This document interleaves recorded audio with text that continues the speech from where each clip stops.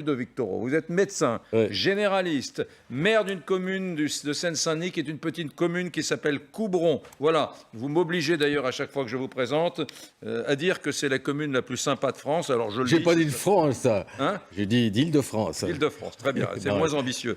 Je voudrais savoir, là c'est le maire, casquette de maire s'il vous plaît, je voudrais savoir si dans une petite commune de moins de 5000 habitants, vous avez des cas concrets de commerce, de petites boîtes, de PME, qui ont survécu grâce à l'aide publique, au fameux quoi qu'il en coûte, dont on parle depuis si longtemps. Alors, deux choses par rapport à vos propos. Il est clair qu'on ne peut pas comparer aux autres pays. Je veux dire, comparer à l'Amérique, même à l'Italie, à l'Espagne, c'est pas possible. C'est un mode de fonctionnement.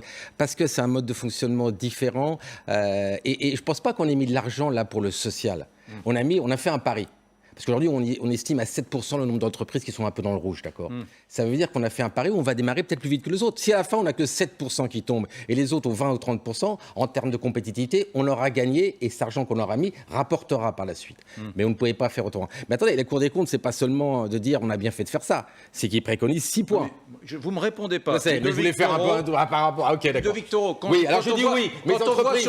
on voit, regardez, sur le bas de l'écran, là, la France le plus sociale du monde, la question que le pays le plus social du monde, point d'interrogation. Je vous pose la question, est-ce que dans votre petite communauté, votre commune de Seine-Saint-Denis, de moins de 5000 habitants, est-ce que vous dites sur le plan local, je réponds oui. Mais c'est là ou non. Si vous me parlez de l'aide qu'a fait le gouvernement pendant cette crise, c'est pas du social qu'il a fait. C'est quoi ? C'est de l'économie, c'est de l'investissement économique. Là, on se trompe complètement. Bah si, on a essayé de maintenir une économie... le chômage partiel, pardon. Le chômage partiel, ça n'est pas rien. En donnant la possibilité aux citoyens de continuer à avoir l'argent pour consommer. S'ils n'ont plus d'argent, ils n'achètent plus. Donc les entreprises ferment. Si l'entreprise n'en aide pas, elle ferme aussi. Donc on a fait tout en fait pour maintenir une économie sur ce point-là. Après, le social, on pourra en parler par rapport au passé. Mais là, ce qui s'est fait là, c'est un calcul purement économique. Si vous n'avez pas d'argent dans votre portefeuille, vous n'achetez pas. Vous n'achetez pas, l'entreprise ferme. Et on donne un peu d'argent à l'entreprise, surtout celle de la restauration et les autres qui ont souffert un peu plus. Voilà. Oui, dans ma commune, il y a des commerces qui ont eu cette aide, qui ont eu les aides diverses qui venaient de partout, qui venaient aussi de la région, et ça les aide à survivre. Parce que là, on va descendre de 50, 40, 30% mois par mois sur l'aide sur les entreprises. Ce qui me paraît normal, puisque ça va démarrer, à moins qu'on se retrouve avec un variant qui nous fasse un peu mal, comme en Angleterre. Parce qu'il repousse, je vous rappelle quand même, l'Angleterre d'un mois. Il faut qu'on y pense, parce que là, on est un peu tous contents. Je suis content qu'on soit content. Mais attention, je vous rappelle que tout est venu de l'Angleterre depuis le début. Oui. Il va falloir payer, Ludovic Toro. Non, mais... il va falloir payer. Un, il va falloir payer. Deux, la Cour des comptes, c'est un, on a bien fait pour les aides, mais il préconise quelque chose, Moscovici. Bon, il dit on pourrait le faire après les élections présidentielles, et je veux bien. Mais les questions sont, il est dit, il cible la réforme des retraites, la réforme du système de santé, l'indemnisation chômage, l'assurance maladie, les minima sociaux et les aides au logement. Il a tout listé, ce qu'il fallait faire des efforts, la Cour des comptes. Bon, la Cour des comptes, on l'écoute rarement, je vais vous le dire. Elle fait des rapports tout le temps, mais c'est jamais il n'y a pas d'obligation de mise en place de faire la Cour des comptes. Et c'est ce qui me gêne un tout petit peu. La Cour des comptes fait des tonnes de rapports, des rapports en nous disant ce qu'il faut faire. Ce sont des gens spécialisés, on ne l'applique jamais. Mais là, lister 6 dossiers à faire rapidement, ce qui recoupe totalement ce qui vient d'être dit. Donc à un moment, il faudra s'y atteler et pas repousser à chaque fois qu'il y a une échéance électorale des décisions importantes pour le pays. De la table également, un médecin généraliste, maire d'une petite commune rurale de Seine-Saint-Denis, car il y a des petites communes rurales en Seine-Saint-Denis. Coubron en est une. Ludovic Toro, vous êtes élu de l'UDI d'ailleurs. Merci d'être avec nous. Ludovic Toro, vous qui êtes un élu de l'UDI, vous en pensez quoi ? Est-ce que tactiquement, les LR et Muselier en PACA ont bien fait de claironner qu'ils s'alliaient à la REM ? Déjà, il y a une maladresse. Quand vous avez le Premier ministre qui vous annonce qu'est-ce qui va se faire dans une élection régionale, c'est pas à lui de le faire. Maintenant, même si les chiffres à la fin, on n'est pas d'accord, il y a quand même une progression, quoi qu'on en dise. Cette progression, le seul fait qui est arrivé... Progression du Rassemblement national. Oui, le seul fait qui est arrivé, c'est vrai, l'arrivée de la liste En Marche socialiste. Maintenant, c'est vrai que c'est important de savoir, mais si vous allez voir, ce qui va être surtout important, c'est le deuxième tour. Est-ce que les socialistes, parce que c'est très serré, est-ce que les socialistes, enfin toute la gauche, va dire on soutient ou on reste pour être présent au Conseil régional ? Parce qu'il y a 6 ans, c'est ce qui s'est passé. C'est-à-dire qu'ils disparaissent en fait. Ce front fait qu'il y a des partis qui vont disparaître complètement de la gestion régionale, qui est une gestion quand même très importante dans l'avenir d'une région. Donc en fait, on va voir qui va être premier ou deuxième au premier tour. Mais la question qui va se poser, les calculs à faire, pas de moi, mais des partis de gauche, c'est est-ce qu'on fait front face au RN et du coup on se saborde ou pas ? C'est la question d'aujourd'hui en fait. Il n'y a pas d'autre question. Quels que soient les sondages, est-ce qu'il n'y a plus d'élus de gauche dans certaines régions ? ça va être leur choix à faire. À moins qu'ils fusionnent les listes. Regardez. Mais c'est vraiment une hypothèse qui n'est jamais envisagée. Mais tu as raison. Le front, il est bien, mais le front, il faut qu'il soit sur le papier. Tu as raison de le dire. C'est vrai. Ça lui Bon, jusqu'au bout. Voilà. Mais je suis d'accord. Quand on fusionne pour gagner, on donne aussi quelque chose aux autres plutôt que les supprimer complètement. Exact. Sinon, on n'y arrivera pas. Parce qu'ils vont calculer. Ça ne va pas jouer à 10%, ça va jouer à quelques pourcents. Soit la gauche se dit il faut qu'on tape le RN et on se saborde encore une fois, on se fait harakiri.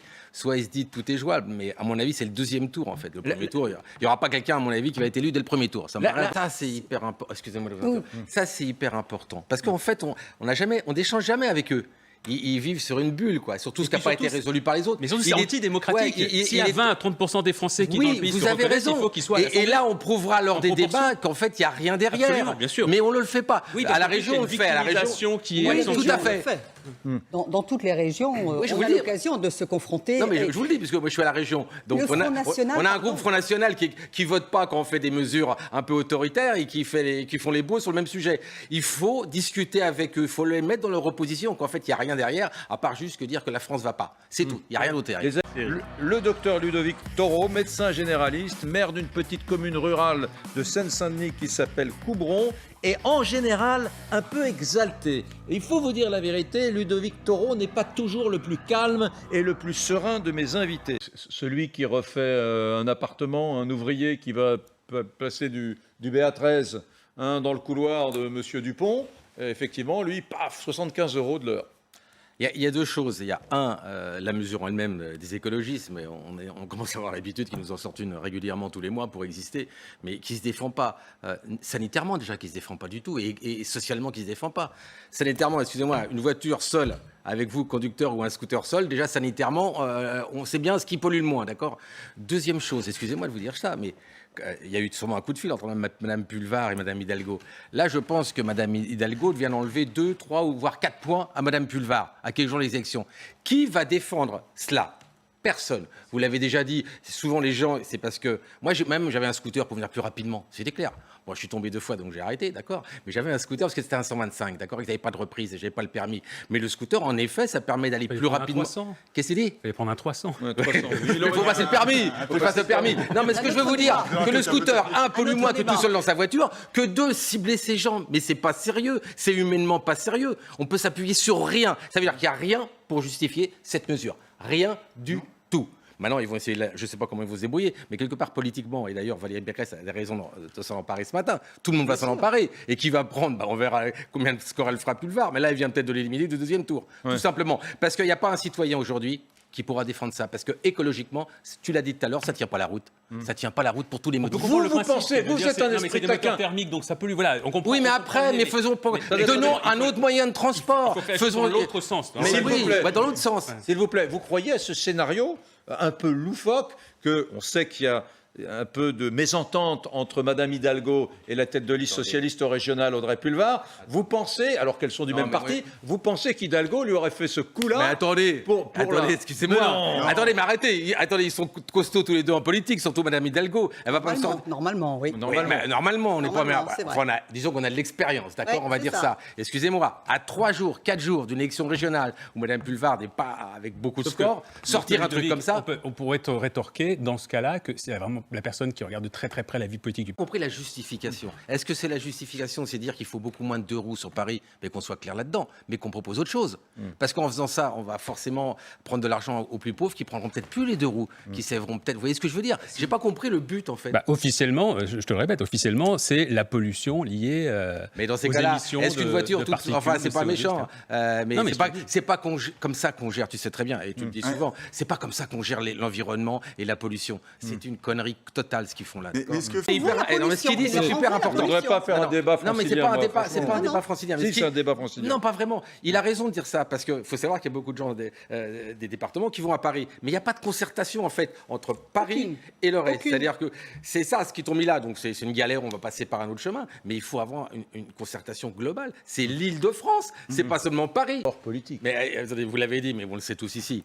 qu'on me dise pas que la personne qui a annoncé ça n'a pas prévenu la maire de Paris. Je n'y crois pas. Ils pouvaient attendre 15 jours. Ils l'ont fait là, donc c'est délibéré. Mais là, vous l'avez vu, le gars, c'est pas n'importe qui. Il préside tout le monde.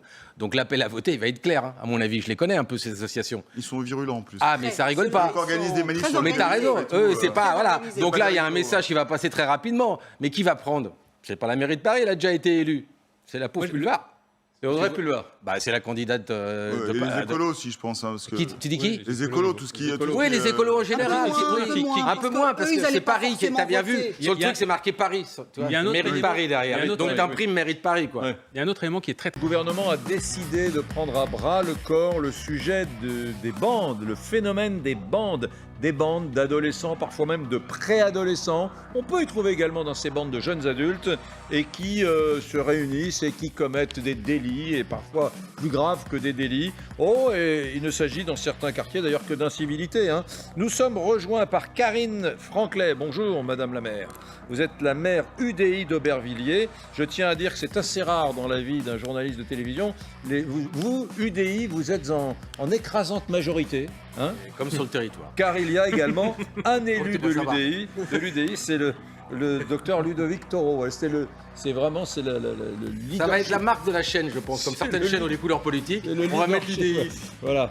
Est-ce qu'il y a des bandes d'ailleurs dans votre commune? Vous êtes à Aubervilliers, Seine-Saint-Denis, y a-t-il des bandes identifiées par les élus, par la police dans votre commune? On a des phénomènes de bagarres entre bandes, de rixes, que ce soit entre certains quartiers ou entre la ville d'Aubervilliers et d'autres villes voisines.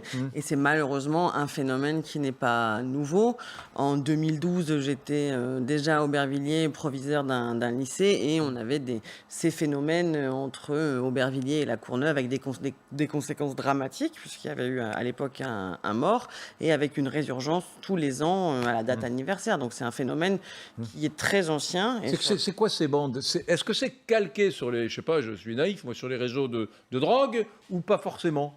Non, ce sont des luttes, on va dire, interquartiers, où par exemple, là, il y avait eu des affrontements entre le quartier du Landy et la Maladrerie pour des histoires. Des fois, c'est un regard, il suffit d'un regard de travers et puis ça s'enflamme.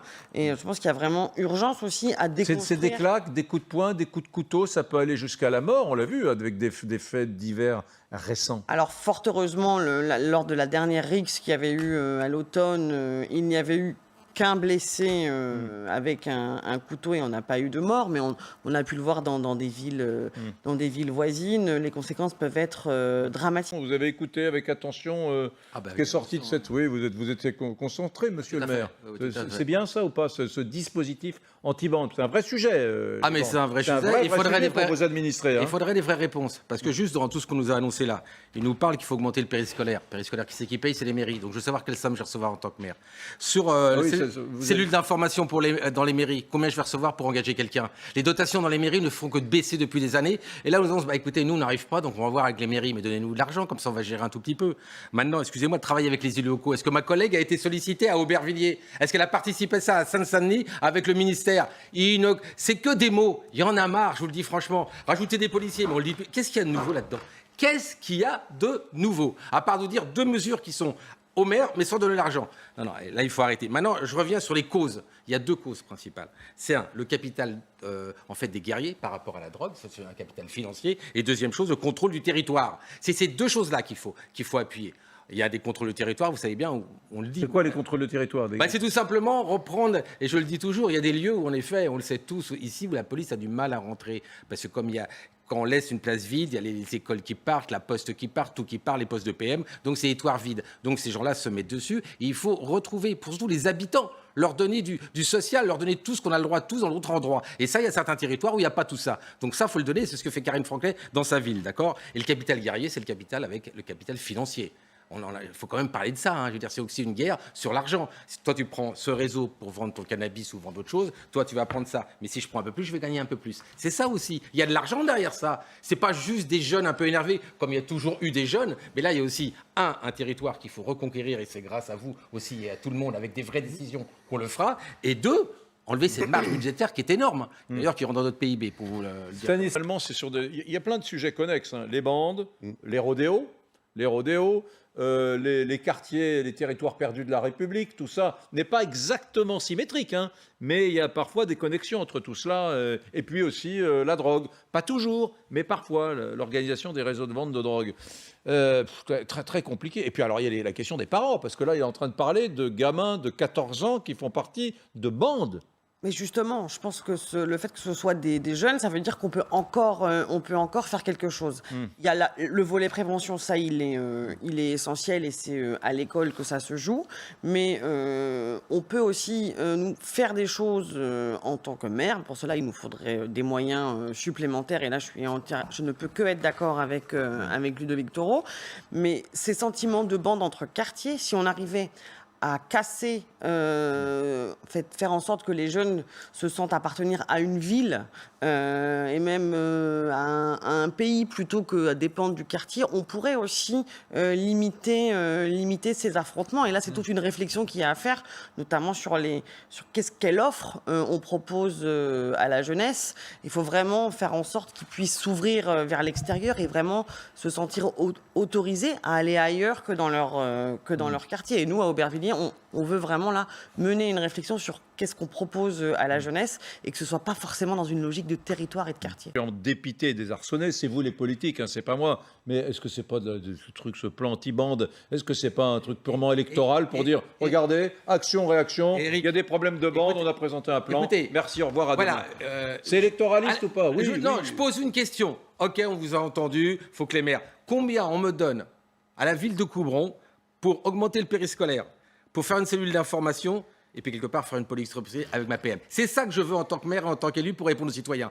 Mais la somme, elle n'est pas là. On nous a pas expliqué comment. Donc on vous demande, oui, parce qu'on vous demande, attention, je le dis à ceux qui prennent l'émission en cours, dans la stratégie anti-bande mise en place et annoncée au Conseil des ministres aujourd'hui par le gouvernement, on va demander aux maires d'augmenter le périscolaire. C'est quoi le périscolaire? C'est des activités. Des activités en dehors du temps scolaire. C'est ce qu'on fait, mais ça coûte de l'argent aussi. C'est ludique, c'est des activités. Ah non, c'est pas ludique. Ça peut être aussi de l'enseignement, ça peut tout être, ça peut être du sport, ça peut être tout ce qui peut être fait dans un moment. Objectif, maintenir les faire enfants, découvrir d'autres choses aux enfants qu'ils ne découvrent pas à l'école. Très bien. Deuxième chose. Cellule d'information dans les mairies. Identifier, donc cellule d'information pour identifier les gamins qui sont à la dérive. La gestion locale de tous les problèmes, c'est la meilleure, c'est ce que je pense. C'est là qu'on voit le plus près, Karine le sait bien, les problèmes qu'il y a. Donc je veux bien nous... Je peux me permettre de t'interrompre juste un instant là-dessus. Tu as raison, mais tout ça, ça ne fonctionnera pas s'il n'y a pas évidemment un grand plan national lié à la jeunesse. Tu as raison. Tous les endroits dans lesquels ça se passe majoritairement, il y a un taux de chômage chez les jeunes qui est jusqu'à 30%. Et ça, localement, ils ont 14 ans. Attends, ils sont au collège. Il n'y a pas une question de chômage. Ils ont 14 ans dans les bandes. Quand tu as tes parents qui sont au chômage,